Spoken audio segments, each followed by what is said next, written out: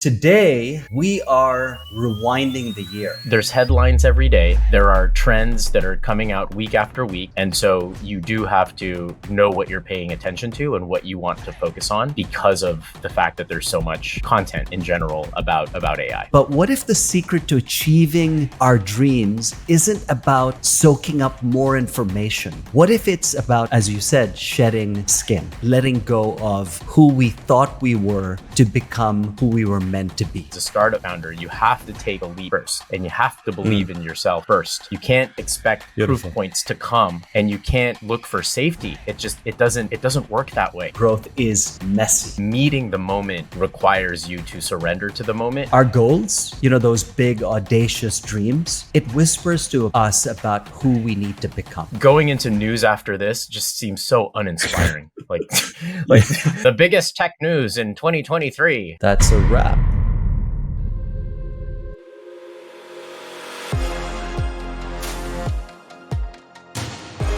We are rolling.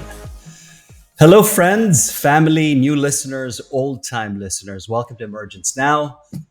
Today, we are rewinding the year. We're putting it all under the microscope. So we're going to go through the lessons that we've learned, maybe even a few, eyebrows raised, no shame, maybe some tears, no shame. Growth is messy, right?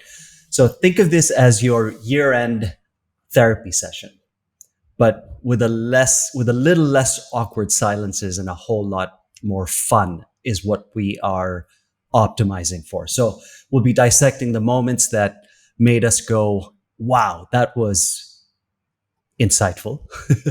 The curveballs that left us spinning and the gems of hopefully some wisdom that we've unearthed along the way. So this isn't just about looking back. It's about taking those lessons and the nuggets of wisdom that we've picked up along the way, and hopefully the lens that we're going to be looking at 2024 with. All right, Nikos, what's the biggest lesson that you've picked up this year, or what are some of the biggest lessons that you've picked up? Okay, I could break that down in two. I could break that down into two questions, actually. Do you want the biggest, or do you want one of? Do you want to go with the big one first, or do you want to go with kind of a softball first? Let's go with the softball. Okay, let's go with the softball. Okay, so I have two that are out of the box and one that's in the box. And what I mean by that is the one is a lesson that everybody would recognize because it's KPI driven, it's outcome driven, it's a framework, it's a mental model, so to speak, right? And the other two are what I call out of the box. And those are the ones that get a little bit weird, but are the most significant from a personal transformation standpoint. So the first lesson, the AI signal to noise ratio is stronger than ever. Therefore, you need a mental model to disseminate and to pick apart how to identify opportunities, and of course, how to enable yourself in this new explosive age of AI. Lots of lessons, even for me, that somebody that's been working in the space for well over 10 years now, almost 15 years, with a core AI commercialization and product development background. But lots of really soft skill lessons around Sam Altman's ousting. So we could tie that to the news that's been going on in terms of leadership, but also fundamentally understanding that the use cases around AI are still coming together and still unfolding, even though that there's been a lot of technology development and a lot of innovation across the board, right? You have a whole stream of companies that are chasing this dream around AGI. So that still remains kind of at the highest tier. While pragmatically speaking, from a business perspective, you have a lot of companies that are trying to be the best large language model, meaning They want to build AIs from the ground up using and spinning up their own GPU clusters. And that has Mm. just caused a ton of innovation around the ecosystem, from chipsets and hardware to compute, how it impacts energy, to the top level downstream use cases around automating how you experience something with your customers, right? How your customers are asking questions, chatbots, how your customers are interacting with you and find out about you in general. And then you have a whole stream of small to medium sized businesses that are just, chasing after this whole thing and trying to build on top of Chat GPT. And so the lesson learned there is that you just need a very, very strong signal to noise framework, Mm. right? What is the signal amidst all of this, all of this noise that you're getting? And what do you do to actually align yourself to the opportunity? Well, you know that it's going to be relatively expensive to stand up your own LLM. It's going to be relatively difficult unless you have the technical capability to stand up an open source LLM. And you know that you could basically build any app on top of ChatGPT with a LangChain, and you can go downstream and you could even use a low code app to stand up, a new business. And so where do you fit? Does it closely align with your own current capabilities? Are you a creative content creator? Are you somebody that wants to basically automate an entire business process and build apps on behalf of others? Are you a service that ultimately wants to reduce the size and scope and your OPEX and your CAPEX from that service into the automation layer? And so that's where you have to really disseminate signal to noise while being at the forefront of everything going on in AI. So I would say signal to noise is stronger than ever. And for somebody like me, it's kind of continuing to do that little dance.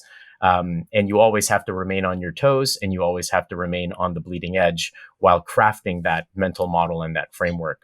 And yeah, that's pretty much it. We've learned a lot of things around what to pay attention to, and even new innovative business models, as we've seen with OpenAI, which we're also exploring in Dial In, and just taking a look at what we're reflecting out, because the lessons that you want to take in are definitely going to give you pause in terms of what you want to do and the decisions that you want to make in 2024.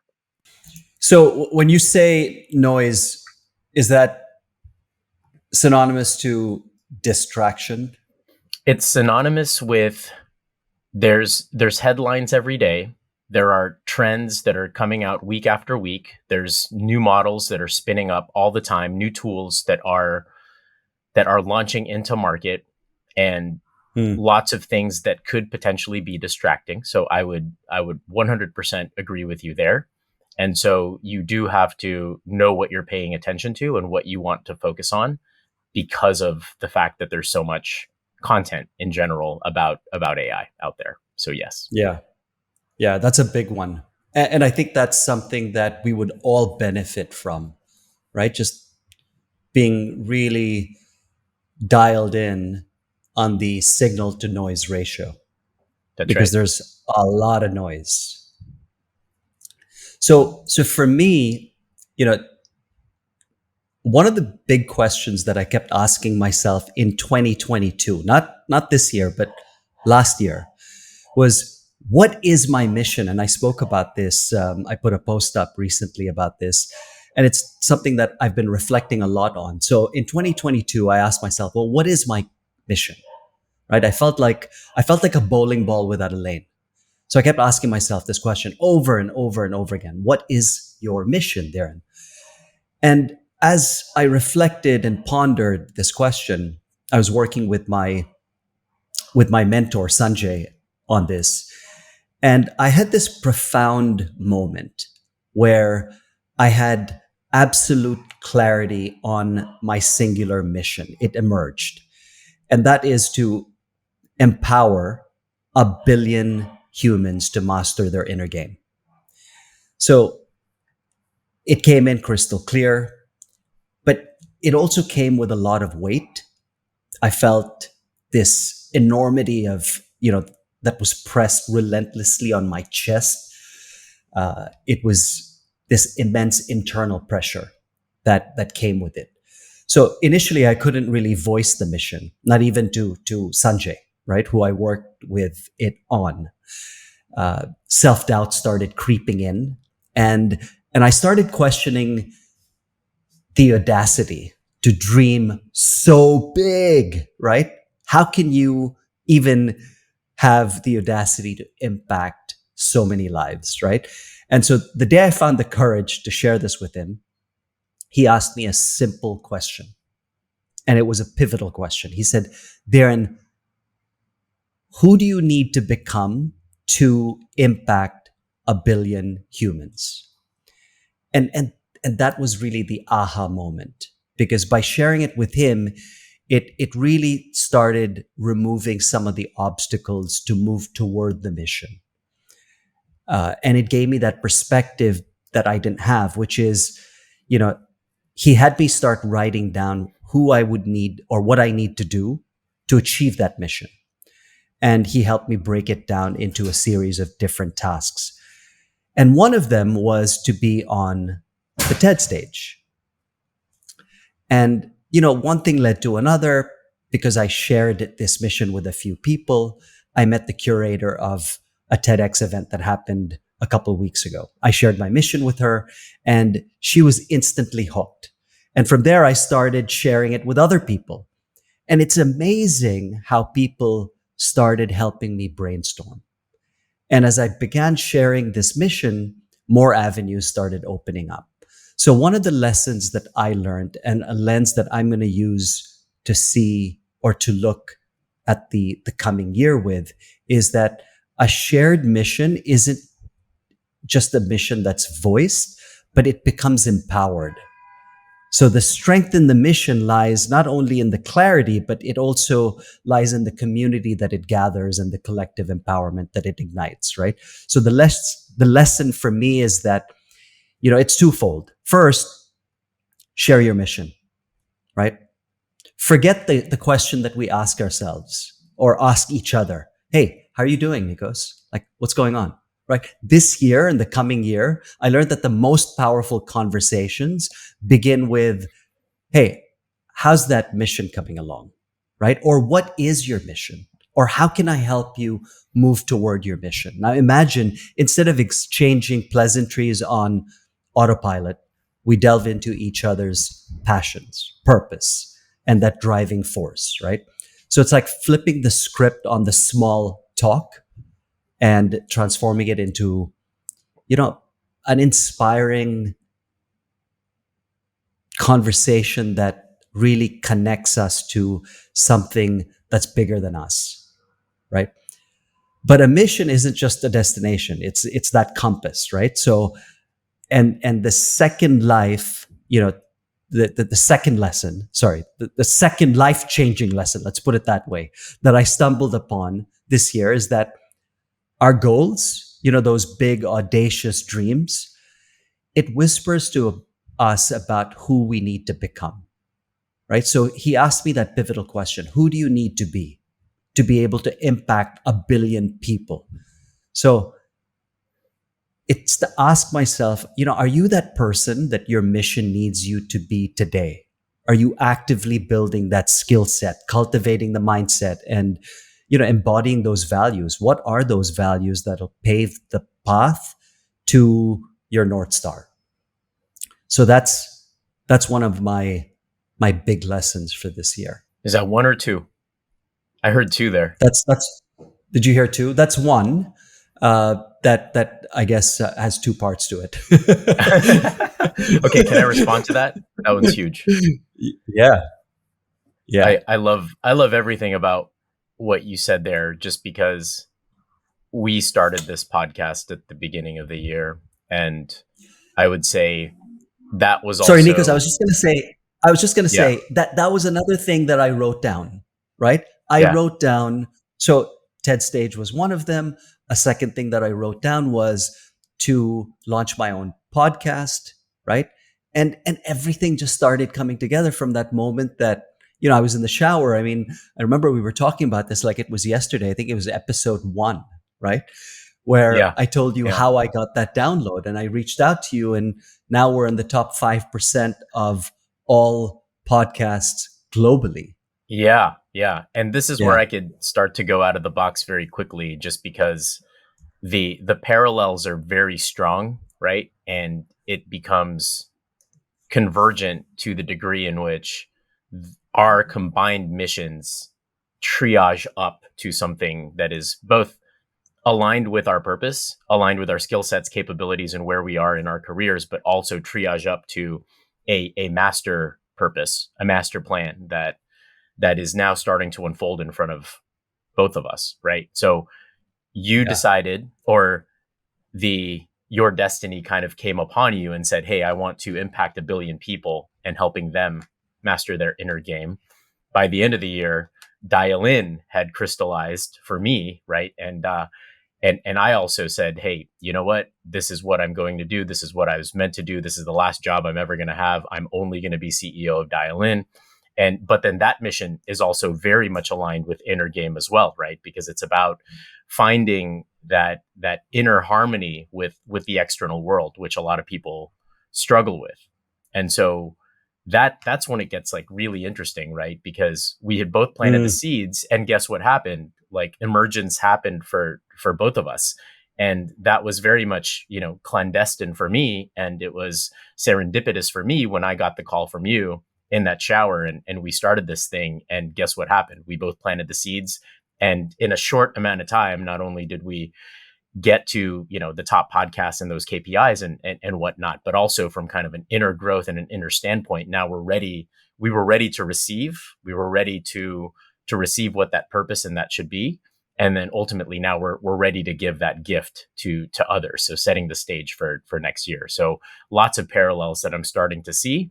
And I love it. I love everything about how this is starting to unfold for both of us together. Mm. So what's the big one? You The softball big the one, first one. I Give us softball the the first one. big one. So the big one is, it kind of can be wrapped up into what we're talking about here, right? It's the big one, and then it's also in two parts, right? And so I'll say this: um, faith first, proof point second, Mm. and that's that really great image of any kind of Pixar movie. I can't really think of the one off the top of my head, but when this guy is about to step on a ledge, and you have to have faith in the process, but you have to step first, knowing that if you fall off of the ledge, you see a bottomless abyss.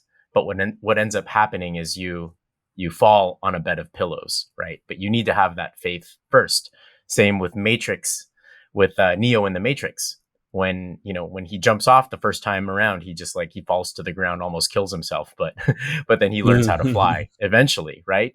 But this whole thing, this whole leap, the entrepreneur's journey as a tech founder, as a startup founder, you have to take the leap first, and you have to believe Mm. in yourself first. You can't expect proof Beautiful. points to come, and you can't look for safety. It doesn't work that way. The universe doesn't work that way. It has to come from within first.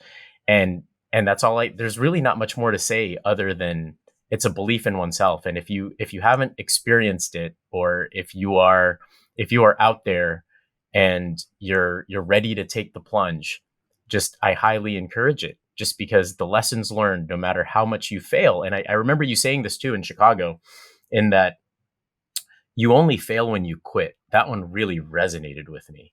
It's like there's actually no such thing as failure. There's a bunch of fits and starts. There's a bunch of iterations in the process, but it's only when you quit, right? So that's another one. So the subcomponent, the sub tier of this principled lesson is around surrender versus acceptance, and that was Mm. one of the biggest meditations for me. And so Deep Sharma, my brother at arms co-founder, had been encouraging me to meditate on acceptance versus surrender for a very long time. And it took me a really long time to understand. And this one's going to be a little bit more advanced, and I don't want to say too much about it because it's spiritual in nature, and people have to meditate on it. But when you accept a premise, when you accept somebody's assumption, even when they bring like a whole bunch of data points, right? What we said, earlier about glass half empty, glass half full, and the whole problem with the mind and Western society for imposing a ton of these rubrics and frameworks and KPIs and outcomes and mental models for absolutely everything, even things that we see in the physical world that has gained some consensus from scientists all around because they've done a bunch of research studies on it, and there just happens to be consensus around what gravity is and the speed of light. The speed of light's constant has changed like a dozen times, right? How constant is it? So I just laugh. I just laugh at all of these assumptions that people bring to the table. And so I no longer accept. I only surrender. And so that one was the biggest thing for me is just surrendering to something greater, surrendering to what is now in front of me. And it allows me to be completely dialed into the moment, dialed into the mission, and dialed into what I need to do. And that one was really, really tough for me. I had many dark nights of the soul this year as a Mm, result of just accepting premises, accepting, and just like thinking, like overthinking myself, like paralysis by analysis, right? And we just getting in my own way. And that's another inner game trait. I'm sure that you've been that's you've been, huge. teaching people. So yeah, and it rolls up to faith first, right? Faith first, surrender versus acceptance. That was by far the biggest lesson for me in That's 2023. huge, Yeah. huge. I love that. You have to believe in yourself first because, you know, that's actually one of my lessons that I was going to share, which is, self belief, and this is something that I've been talking about, consistently this year. Is self belief is not negotiable. So imagine this: right before I was about to get on the stage, there was this woman wearing. So I was in the speaker's room, right where I was getting mic'd up, and there was this woman who was the mother of one of the speakers that just got off the stage, and very traditional, wearing the hijab, and I could tell she was very traditional by the sound of her Arabic, the tone of her Arabic. And she looks at me, right? She looks at me as I was about to get on stage. She looks at me and she says, "Do you believe in yourself?" And I still get goosebumps thinking about it. You gave me goosebumps right And now.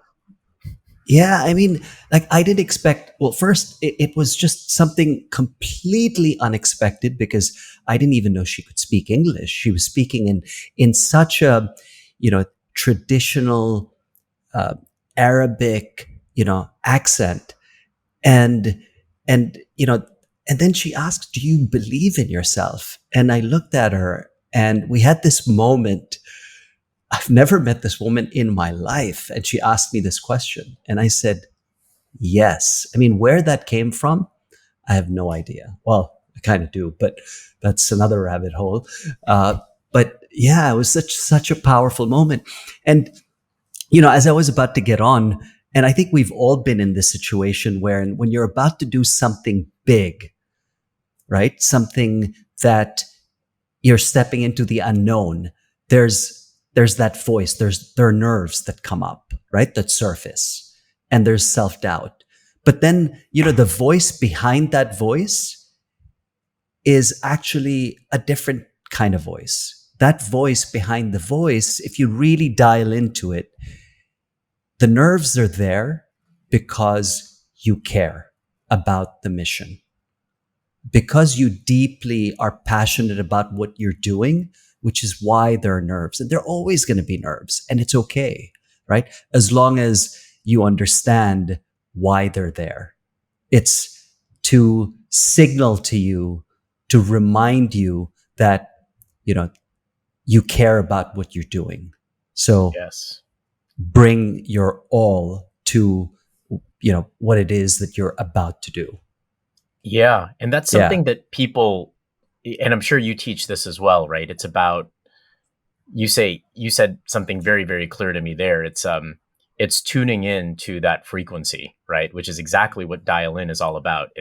There's a higher frequency that we both can operate in where it's just coming out of pure joy. And that's part of surrender. It's part of your own personal belief system. And that's ultimately how you transform. And a piece of that ties directly to your first lesson. And that's a question I want to pose to you, because it's clear that you need to be somebody else in order to enable a billion people, right? But there's a flip side of that, right? Who are you willing to let go of in order to get there, right? The snake Yeah. must shed its skin just as the moon sheds its shadow in order to get to that next place. So that's a huge one. So who is that for you that you need to let go of in order to get there? Yeah. So I feel like you've been in my head today. That's Because the how it other works. lesson, That's how it works, because man. That's how it works. the other lesson was about unlearning. You went straight there. So for the longest time, I was convinced that, and we've talked about this, that to reach my goals, fulfill my dreams, to chase it, I need to keep accumulating more knowledge, more information, more understanding, more concepts, more podcasts, more New York Times best-selling book, more, master classes, right? So I went from one book to the next podcast to the next course, learning continuously. And don't get me wrong, learning is important. It's important to us, right? But what if the secret to achieving our dreams isn't about soaking up more information? What if it's about, as you said, shedding skin, right? Letting go of who we thought we were to become who we were meant to be, right? Old habits, outdated beliefs that hold us back. So, yeah, I mean, for me, there are two big things that I need to unlearn, and I'm continuing to unlearn. Is the first is that dread of failure, right? That dread of failure that basically just stops us on our tracks, like that deer in the headlights. And I don't know who said this, but it's a quote that I read early in the year. Past failure informs our future fear. Right? So let's unpack that, right? Once we've failed or experienced a setback and we start using our history to predict what's going to happen in the future, we're using our history to perpetuate something that we're trying to avoid, which is failure, disappointment, setback, shame, embarrassment, humiliation, right? And that's why, people don't try again, right? Uh, so while the people who do try again know that just because it happened once, it doesn't mean it's going to happen again, right? And I think the real question that I'm beginning to understand, or the real aspect of this that I'm really beginning to understand is, how can we develop the muscles to handle really difficult situations, right? I mean, we talk about, we're both sports fans. When you look at MJ, right, coming out to play to make, take that big shot, right, that game-winning shot, game 6, everything on the line with 30 seconds on the clock for the championship, right? He's not thinking, what if I miss this shot, right? Because if he does, that's it, game over, right? He's thinking, I'm going to make this. And even if he doesn't, and he's missed many shots, right? He's not paralyzed by the humiliation or the disappointment. He's just Yeah. not. Or Elon, when he's about to make this really big decision, putting everything on the line, right? They're not thinking about what if they lose. They're not playing not to lose. They're always playing to win. And the parallel there, the very clear parallel there, and it was only because I listened to a Doug Collins interview about what made MJ so super successful. Elon as well, is when you have to make a shot like that and you have to take a big time shot or a big time risk, meeting the moment requires you to surrender to the moment. And what did you just mention Yeah. there? They're not thinking about, failure. They're not thinking, you know what it is? It's because they're not thinking.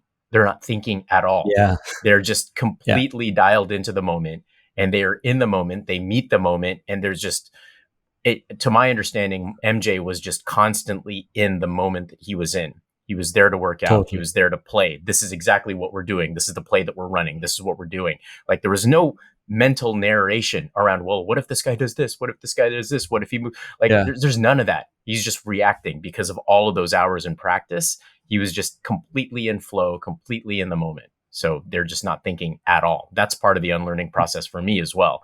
So that hugely resonates with me.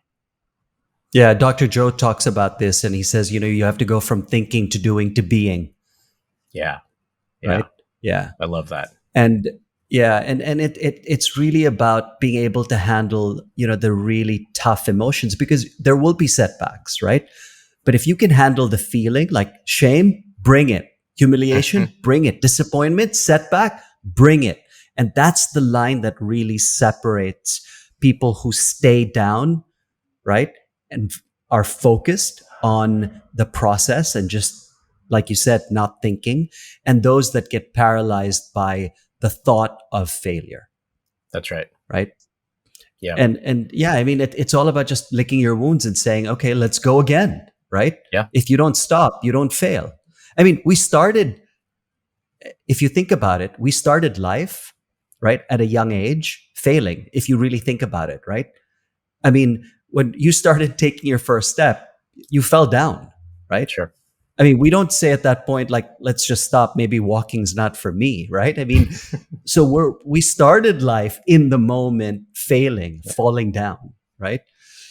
So yeah, that was a big one. Unlearning is definitely huge, Yeah. And so let huge me learning. let me double click into those, just because I think this, for some people that aren't super aware or self-aware, or just beginning kind of this more out of the box journey, I think kind of grounding this in a couple of tactics would help. So the one tactic is in unlearning is obviously not thinking, and that's really hard for people to do, right? So I'll just oversimplify by saying meditation really helps with this, and just focusing on breath. It's, you pick your style and approach and technique, whether that's doing a mantra or an affirmation, or Say that again. um, Say that again. Doing what? meditation. No, the other word, A the other mantra. M word. Oh, No, mantra. I like mantra. I like the way you Mantra. said that. Oh yeah, it's Mantra. a Yeah. mantra. Yeah. Isn't that how you say Yeah. it? Is it? Well, mantra. I've heard mantra. It's a mantra. Yeah, okay. Yeah, it's a mantra. So say your mantra and your Yeah. affirmation, and whatever that is, and just that helps with turning off the mind, and that takes a ton of practice. And we could spend a whole other episode just talking about that specific technique.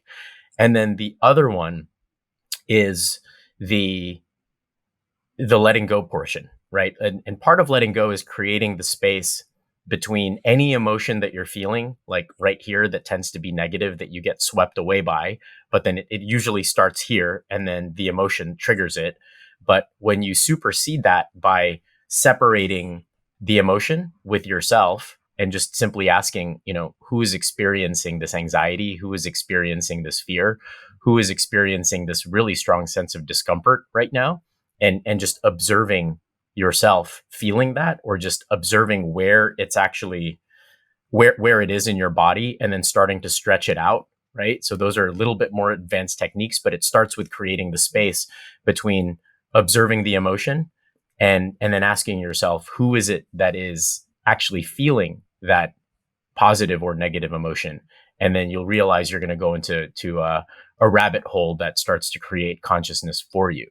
And so those are the Mm. two techniques that I feel are very powerful in unlearning and starting to get on this more elevated and transcendent path. You just gave me an episode idea, an episode on unlearning. There's a lot to unpack there. Yeah. Oh, 100%. Yeah, I love because that. Yeah, there's a lot to unpack there, and I think that would really bring a lot of value to people who are trying to prune some of those neurons.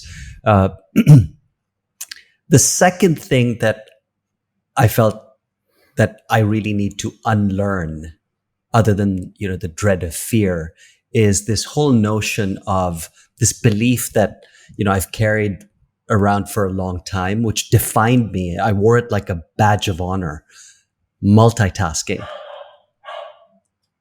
It was just ridiculous. I mean, I vividly recalled moments where I felt like I was trying to read three books at the same time, right? And the words would just you know blur together. The stories faded, and all I was left with was a headache, right? And a sense of frustration that I didn't retain any information, right? And I couldn't apply it into my business or my lifestyle. So I've come to realize that breaking free from this obsession over productivity isn't just about, you know, taking a step back. It's really all about making a conscious choice that it's really about quality over quantity, right? So it's just saying sayonara to the frenzy and really embracing. I think this really goes to what you spoke about, the signal to noise ratio,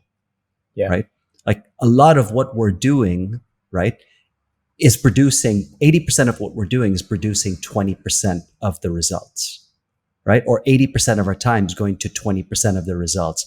And you flip it the other way around, 20% of our time is actually producing 80% of our results, right? Just knowing that as a framework, like really allows us to dial in, uh, to be more focused on single tasking, right? that's Just right. being singularly focused. Yeah.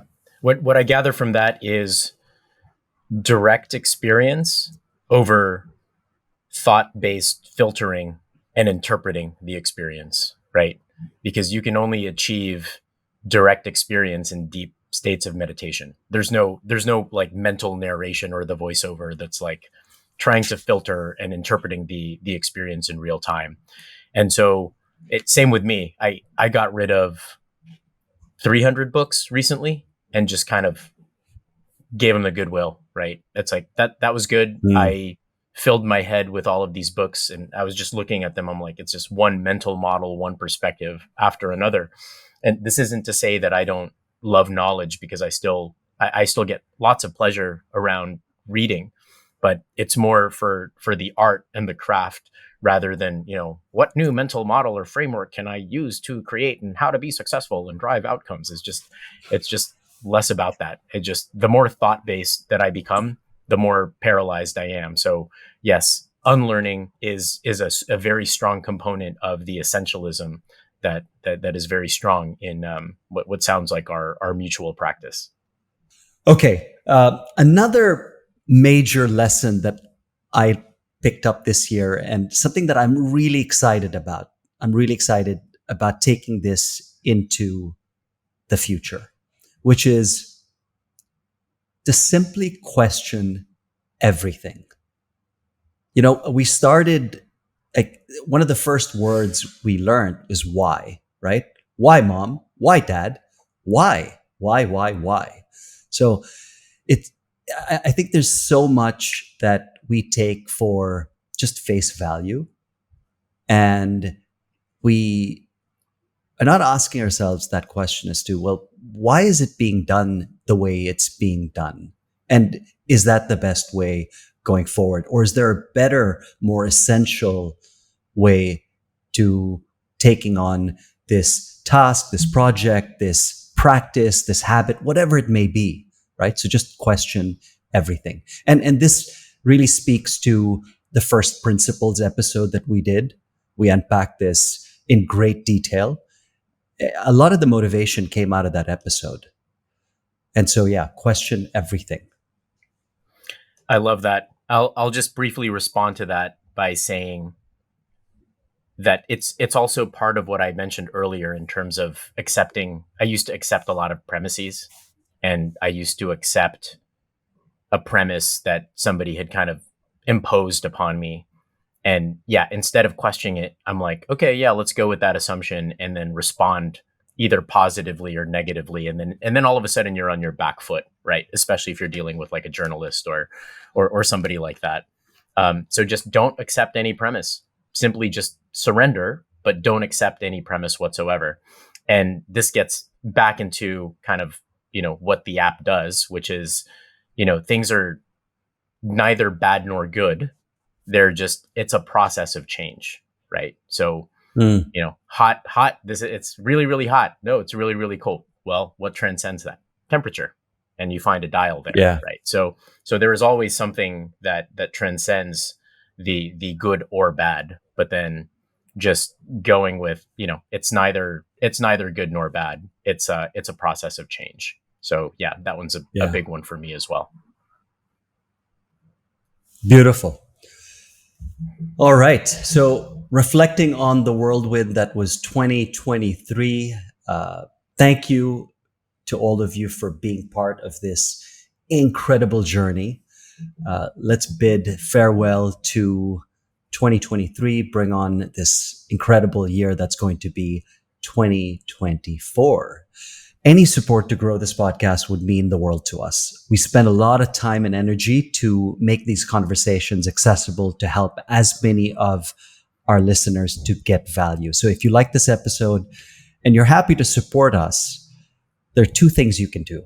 The first is you could share this with people in your tribe.